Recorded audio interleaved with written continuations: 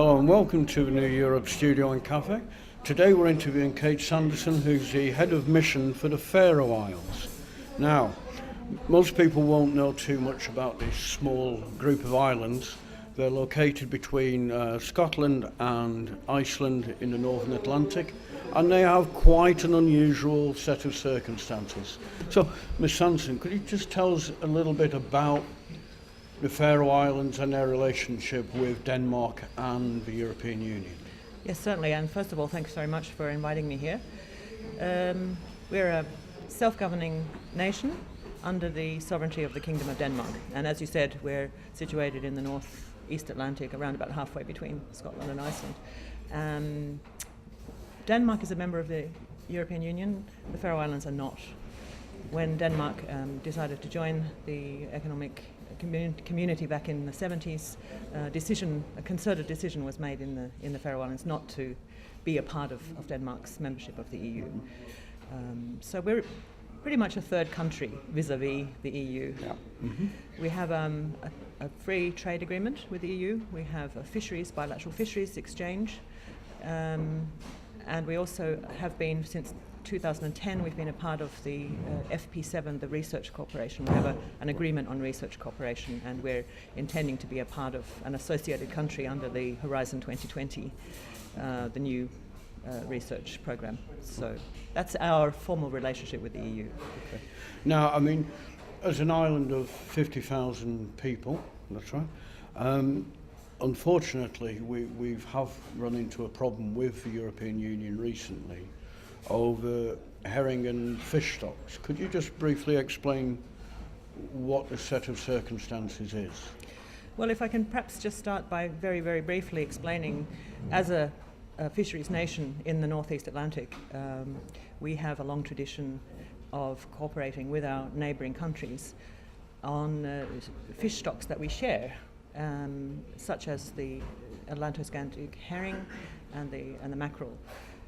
We negotiate with other coastal states to come up with joint management arrangements and allocations of these stocks, because they move around from jurisdiction to jurisdiction. They don't know political borders.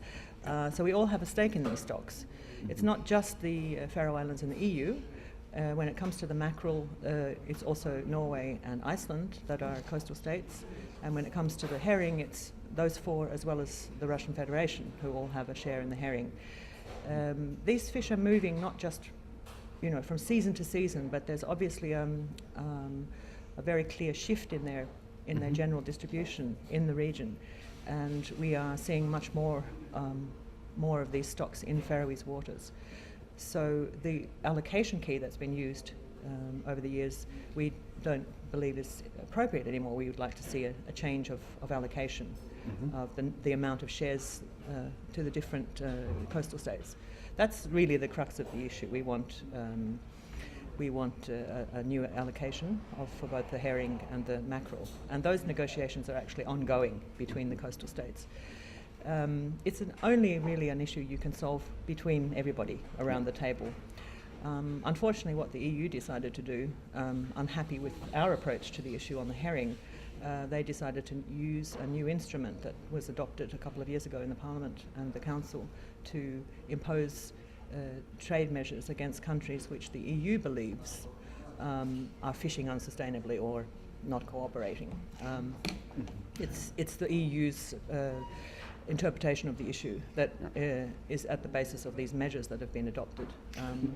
And we believe that that is not an appropriate way to solve a dispute on a fisheries management issue. So as a response to EU's imposition of measures against the Faroes, we have called for an arbitral tribunal under the law of the sea, as well as taken this issue to a dispute settlement panel in the WTO. Okay. That is, the measures of the EU are the subject of these tribunals that we have requested.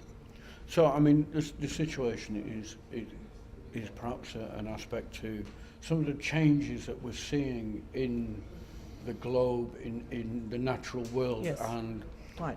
The Faroes' position is that these migration patterns of these fish stocks has changed, so there's more of them in your waters.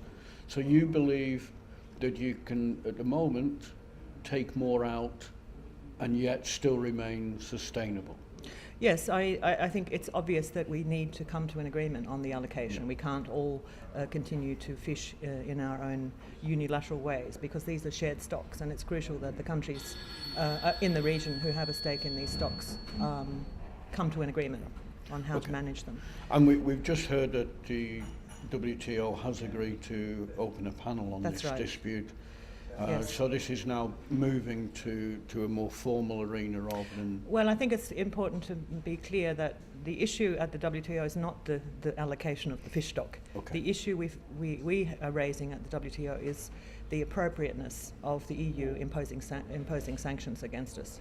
Now, that issue should be dealt with on its terms, while in the meantime the negotiations between the coastal states on how to manage the fish stocks will continue. Mm-hmm. So we're not asking the WTO to manage fish. Right. We're asking the WTO to take to look at what we believe is the unjustifiable and discriminatory behaviour of the EU by imposing economic measures against us on an issue which should be sorted in a different way. Okay, I mean, this is a very, very important issue to the Faroes, yes. where, because 55% of your fish is exported to the European Union. Is that correct? Obviously, the EU has always been an important market, a major market for our fish products. The products that have been targeted by these measures are the ones that are coming from the fisheries under dispute, the herring and the mackerel as an associated species. To be honest, there are other markets around the world, and it's not because we don't believe that the EU market is important. It is, and it should also be developed. But this has also added some incentive in the industry in the Faroes to look for alternatives and to develop alternative markets.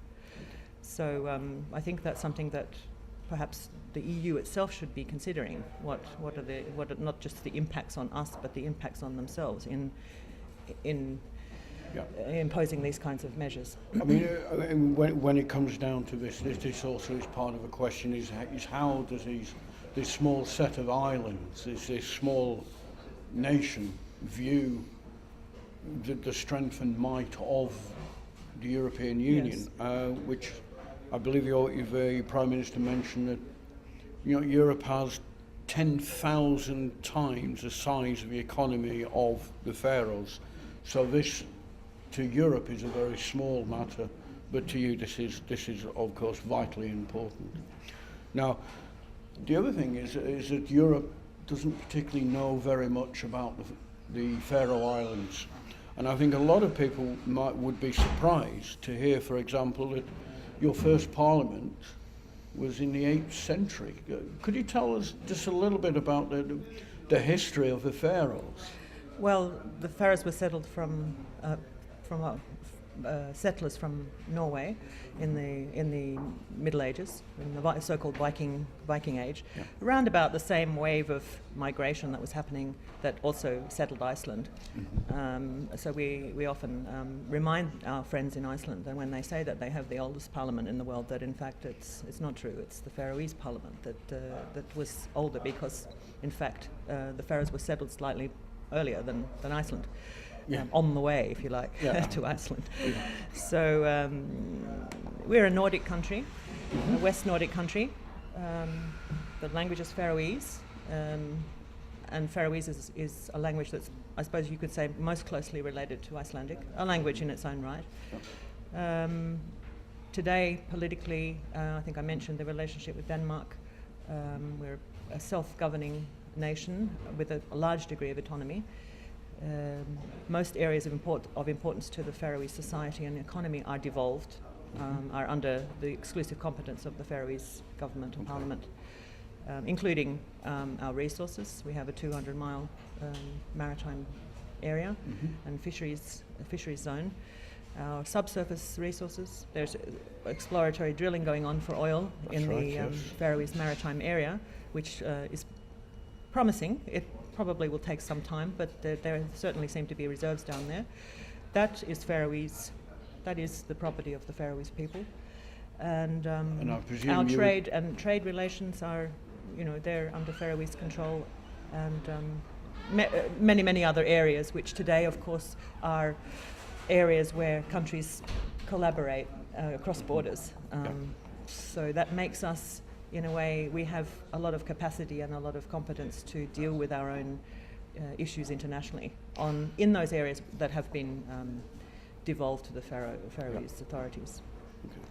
I mean, the thing is that you've got this mix of being a very independent island, and many island nations are very proud and of their independence. But you're also a very international looking society as well. I mean, Faroese, like many naval or ocean countries, are great travellers indeed, and there's been a lot of to and fro around the world. Could you just give me some kind of examples of how this mixture of an understanding of the world is affecting and playing out in the island and in the island's culture, and of course tourism? Well, where to start? It's yes, it's true. I think it's true of most island communities that islanders are their very nature globally minded, and we see the sea is not a barrier to communication, but as that's the road, that's the path that you use to connect with others around you. Internationally, I think there's certainly, because, as I said, in today's age, things are done on a global level these days. I think that has increased the awareness in recent years that we need to also enhance our capacity internationally with an independent voice in international fora where we feel it's important to be represented. So as an example, I can mention that over the last 10, 15 years, we've become associated member of a number of United Nations bodies which allow entities other than sovereign states to be associated. Yeah. And that's something more than just being an observer. That's actually having speaking rights and being able to be active in meetings. And those include the FAO, where we're very active in the Committee on Fisheries, of course, the UNESCO, yes, and the International Maritime Organization, which is also a very important international body for us, and where obviously as a marine-based nation with a lot of expertise in navigation and other, not just fisheries, but obviously the maritime sector and shipping, that's very important for us to have a visible and independent participation in an organization like IMO. Internationally, otherwise, I think you mentioned tourism. One of the things about, yes, tourism is high on the agenda and something that the government wants to develop even further. And a lot of that has to do with putting investments into infrastructure. And for the Faroes, that means getting people to the Faroes means also being able to offer more stable transport connections and better, broader transport connections. And we've recently extended the runway at the airport, and a new terminal is under construction. And the Faroese national airline, we have a national airline as well, Atlantic Airways, has extended its fleet to include some Airbuses, and that's been possible because of the extension of the runway. So that's all a part of the strategic thinking in developing, making sure the infrastructure's there, that we actually do have the basis to be able to develop the industry. I think the rest is more or less already there, what the Faroes have to offer as a country for people to come and visit. I think, to be honest, we have it all. We have it all. We have the fantastic landscape. We have an amazing culture that has a combination of the best of the modern and the best of the traditional, all alive and living and functional.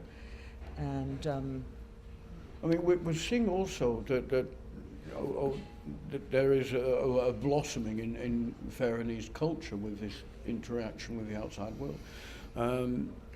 The pictures that we're showing while this interview goes on just shows just what an amazing and beautiful place this is. It is quite breathtaking.